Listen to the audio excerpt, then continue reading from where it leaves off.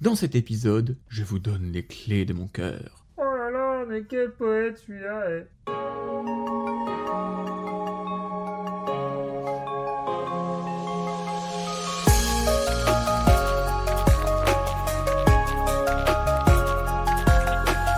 Salut les Geekouniou, aujourd'hui on va dans une maison qui recèle beaucoup de secrets. On part dans la petite ville de Lovecraft rencontrer une famille pas comme les autres. Dans cet épisode, on parle de Lock and Key.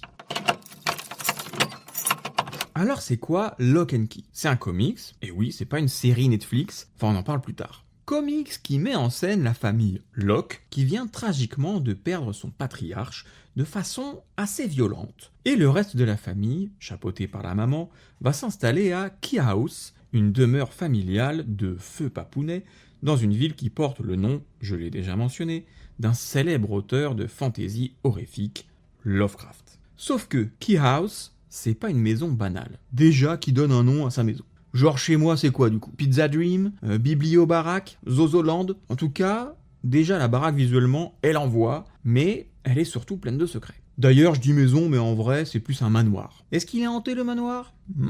Peut-être. Ou alors c'est autre chose de plus inquiétant encore.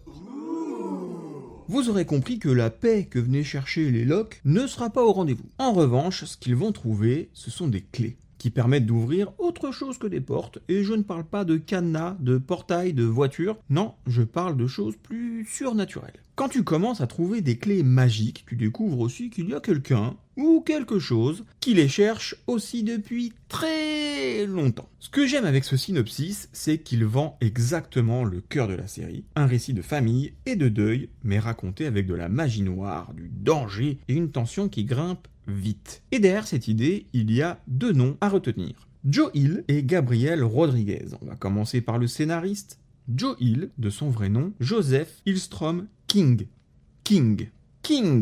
Oui voilà, vous avez compris. Joseph, son papa, c'est le roi de l'épouvante littéraire. Stephen King. Quel coup de chance! Bon, quand on a un papa comme ça, c'est pas étonnant qu'on ait des aptitudes à écrire des histoires sensationnellement terribles et effrayantes. Pépère commence avec des nouvelles, sous le nom de Joe Hill donc, et c'est plutôt sain parce qu'il voulait être connu pour son travail plutôt que son nom. Il est publié dans des magazines et reçoit même en 99 une première vraie reconnaissance. Better Than Home est choisi lauréat d'un concours, White Eagle Coffee Store Press. Il va continuer à écrire des nouvelles, faire un recueil qui s'appellera Fantôme Histoire Trouble ou 20th Century Ghost en VO. Et boum, encore un prix, cette fois c'est le prestigieux Bram Stoker Award. Puis 2007, premier roman, Earth-Shaped Box, ou Le costume du mort chez nous en français. Très très bon bouquin, je vous le conseille, et c'est pour ça qu'il a reçu quelques récompenses comme le Locus ou le Bram Stoker.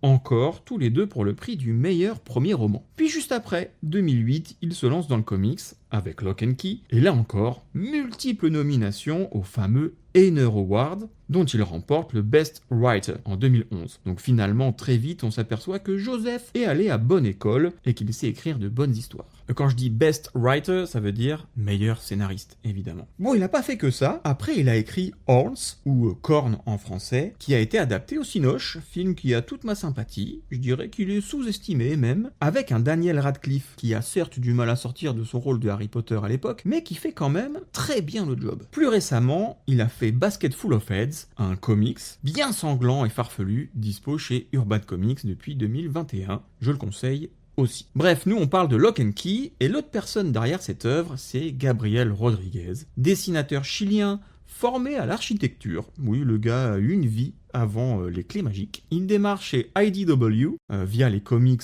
CSI, Crime Scene Investigation, en 2004 et 2005. Comprenez les experts en français. Il bosse aussi sur l'adaptation comics de George Romero, Land of the Dead, et plus tard sur Beowulf. Plus récemment, il revient sur un autre univers culte, Mouse Guard, Dawn of the Black Axe, qui a été annoncé pour mars 2025 chez nos amis américains. Par contre, je n'ai pas vu d'annonce officielle en VF. En France, on trouve surtout de la VO sur ce titre. Hors horreur, il change complètement d'ambiance avec Little Nemo, Return to Slumberland. C'est plus onirique, et ça a carrément gagné l'Eisner Award 2015 de la série limitée, enfin de la série courte. Best Limited Series. Oui, de la meilleure série courte, c'est ça. Et sur Lock and Key, ce qui frappe, c'est que tout est lisible, solide, mais t'as toujours cette sensation que la maison peut te bouffer à n'importe quel moment. D'ailleurs, Rodriguez a été nommé au Eisner en 2011 pour Best Penciler, ça veut dire meilleur dessinateur, meilleur encreur, pour son boulot sur cette série. Donc Rodriguez, c'est pas juste le dessinateur de Lock and Key, c'est le mec qui donne le corps, l'ambiance et la crédibilité visuelle à toute la mythologie des clés. Et oui, on dit bien que Joe Hill et Gabriel Rodriguez sont co-créateurs. À la base, Lock and Key sort chez IDW Publishing, et en VO, la série principale, c'est 37 issues au total, publiées de 2008 à fin 2013. Ces 37 issues, elles sont ensuite regroupées en 6 volumes principaux, donc les arcs qu'on retrouve un peu partout. Et autour de ça, il y a des récits complémentaires, des histoires courtes, des one-shots, mais ça, on y reviendra, on va pas s'éparpiller, parce que nous, aujourd'hui, on va surtout parler de la VF. En France, ça a d'abord été publié chez Milady Graphics, et là, tu as bien la saga principale en 6 tomes. C'est ceux que j'ai à Zozoland, et franchement, je les aime beaucoup, je trouve l'édition super qualitative. Ensuite, c'est High Comics, qui reprend les droits et réédite la série principale, donc les 6 tomes initiaux, et ils sortent aussi une intégrale, un gros pavé qui regroupe les tomes 1 à 6, en 976 pages, et c'est paru en 2021. Et là où les gens se mélangent les trousseaux de clés, c'est sur les compléments. Ciel et Terre, parution en VF en juin 2021. C'est un recueil d'histoires autour de l'univers, toujours avec Joe Hill et Gabriel Rodriguez. Puis on a L'Âge d'Or, qui sort chez nous en mai 2022, et pareil, on reste sur du Hill et Rodriguez, mais on a une apparition de Neil Gaiman, puisqu'il y a un crossover avec Sandman dedans. Donc, si tu comptes comme un être humain normal, 6 tomes, l'histoire principale, puis 2 bouquins en plus pour compléter, ça fait 8. Oh, bravo! Mais iComics a relancé une édition dite Integral Master, leur propre présentation éclair. La Master Edition permet de retrouver l'intégrale de la saga en 3 volumes, et ils ont ajouté un tome 4 qui sert de volume bonus avec des contenus complémentaires. Donc en VF, si tu veux une règle simple, Milady, 6 tomes, ancienne édition. iComics, 6 tomes, réédition, plus intégrale, 976 pages, plus complément, Ciel et Terre et L'Âge d'Or, Intégral Master, 3 tomes pour l'histoire, plus un tome, 4 pour compléter. Et voilà, tu choisis ton format, mais dans tous les cas, tu finis avec les mêmes clés dans la poche. On va rentrer un peu plus dans le détail de Lock and Key. On va déjà parler des clés. Je vais le faire sans trop en dire, hein. Pas d'inquiétude, mais petit guicougnou. Elles font quoi, ces fameuses clés magiques ? Eh ben, elles peuvent transformer le corps, la tête, le rapport au monde, ouvrir des passages, et à chaque fois, tu te dis, ok, c'est trop bien, je veux cette clé. Et juste après, ok, c'est trop dangereux, je veux pas cette clé. La montée en tension est super efficace, parce que ça fonctionne comme une chasse au trésor. Sauf que plus tu trouves des trésors, plus tu te rapproches de ce qui te veut du mal.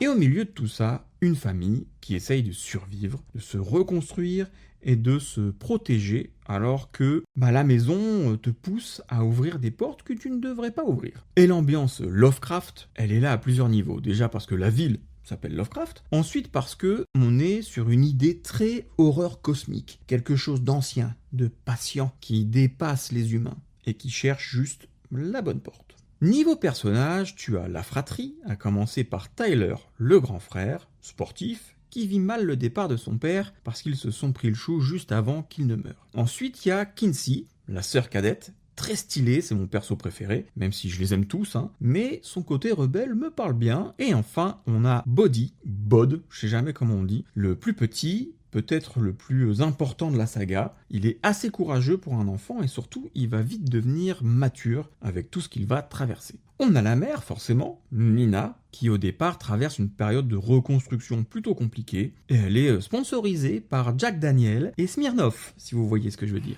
Il y a le tonton Duncan, frère de Rendell, le mari mort, qui lui vit pas très loin, donc il peut garder un œil bienveillant sur la famille de son frangin. Et enfin, un personnage mystérieux, mystérieusement mystérieux, une femme qui sort d'un puits, elle doit faire des soirées avec sa pote de The Ring, et je vais pas en dire plus, si ce n'est qu'on ne sait pas vraiment si elle veut du bien ou non à cette petite fratrie. Et si je dois résumer pourquoi ça marche, je le conseille parce que c'est très bien dosé. C'est haletant, tu enchaînes facilement, la famille est attachante, tu t'accroches à eux, tu as l'horreur mais aussi de l'action, et un vrai sens de l'aventure. Et surtout, les rebondissements ne sont pas gratuits, ils servent la montée en tension. Et le duo Hill-Rodriguez a un truc rare, ils font de la mythologie. Des clés, des portes, des règles, mais ça ne devient jamais un manuel. Ça reste une histoire qui te prend au ventre. Au bide. Au bidou. Oh le petit bidou. Ouh, gratte le petit bidou. Guili le petit bidou. J'en ai marre de moi. Au début, j'étais un peu désarçonné par les dessins de Rodriguez. Puis finalement, bah non, ça a un charme assez dingue. Il a sa patte à lui, reconnaissable directement. Graphiquement, il a un trait hyper lisible, très expressif. Les personnages ont souvent des grands yeux, ça peut rappeler le manga dans la façon de faire passer l'émotion, et les postures racontent énormément. Et ce qui est génial, c'est le décalage. Un côté presque cartoon des dessins qui rend les scènes violentes encore plus malaisantes quand ça bascule. Il réussit à mettre en image tout ce que Hill et lui ont imaginé, et le résultat clairement ne laisse pas indifférent. C'est beau, lisible et parfois franchement dérangeant. Et côté scénario, justement, Joe Hill montre qu'il tient un concept, quelque chose qui aurait pu partir dans tous les sens, mais qui arrive à rester sobre, pas comme Nina, à donner pile ce qu'il faut pour avancer, en étant quand même généreux sur les idées et les rebondissements. Le tout s'emboîte de façon très claire, sans qu'on se doute de ce qui arrivera à la page suivante. Très fort. On en a un petit peu parlé parce que là, depuis tout à l'heure, c'est de la série principale dont je cause, mais il y a Ciel et Terre, qui est donc sorti en France en 2021 chez iComics, et c'est une compilation de 3 histoires. Décrocher la Lune, la plus poétique et la plus marquante du livre, Grindhouse et Petit Coin. On a quelques bonus à la fin, c'est sympa. Et en 2022, ils refont un recueil, toujours en VF chez iComics, un peu plus gros, où on retrouve Décrocher la Lune, allez savoir pourquoi, et les autres histoires sont, elles, inédites, modèle réduit, La musique adoucit les mœurs et En pâle bataillon, qui sont finalement une suite de 3 chapitres, en vrai, et le fameux crossover, Hell and Gone, 2 chapitres avec Neil Gaiman sur Sandman et Lock and Key. On mixe les 2 univers et ça fait un truc magique. Abracadabra! Et maintenant, l'adaptation Netflix. Je vais être bref. La série Netflix existe, et si tu la regardes avant de lire, ça peut te gâcher le plaisir. Il y a 3 saisons, la première datant de 2020, et de mon souvenir, c'est celle qui suit le plus, à peu près, le comics. Même si ça adapte, ça prend vite ses propres chemins. C'est pour ça que si t'as lu le comics, tu risques de trouver que l'adaptation change le ton. C'est souvent plus grand public et parfois moins sombre, et ça ne reproduit pas toujours ce qui fait la force du comics. Cette impression de danger constant et de montée inexorable. Pourtant, Joe Hill est impliqué, il est producteur exécutif, et il est aussi crédité à l'écriture du pilote. Et Gabriel Rodriguez, lui, n'est pas scénariste de la série, mais il y a eu des échanges. Il a par exemple créé de nouvelles clés pour la saison 2, d'après la presse comics. En gros, ça ne remplace pas l'expérience originale du tout, j'en dirai pas plus, pour pas être méchant. Bon, si tu dois retenir une chose, c'est que Lock and Key, c'est une série où une idée simple, des clés magiques, devient un récit de famille, de deuil et d'horreur, avec une tension qui monte page par page. Si tu veux un comics addictif, intelligent, dans ses règles et super efficace, en ambiance, lis-le. Et si tu veux juste une recommandation ultra simple, lis au moins le début. Si Bienvenue à Lovecraft ne te happe pas, là ok, mais si ça te prend, tu vas probablement tout dévorer super vite. En résumé, Joe Hill te construit la serrure, Rodriguez te dessine la porte, et toi, t'es déjà en train de chercher la prochaine clé. C'était Lock and Key. Et comme d'habitude, la clé de voûte, c'est vous. Un abonnement sur Insta, sur Spotify, sur YouTube ou peu importe où t'écoutes mes podcasts. Un commentaire bienveillant et sympathique, ça fait toujours plaisir. Et des pouces levés et plein d'étoiles. C'est aussi très bon à prendre. J'ai besoin de vous pour continuer, alors n'hésitez surtout pas. On se retrouve dimanche matin pour Supplément de Chill. D'ici là, geekez bien vos geekeries. À la prochaine les geekounious. Hasta la vista, baby.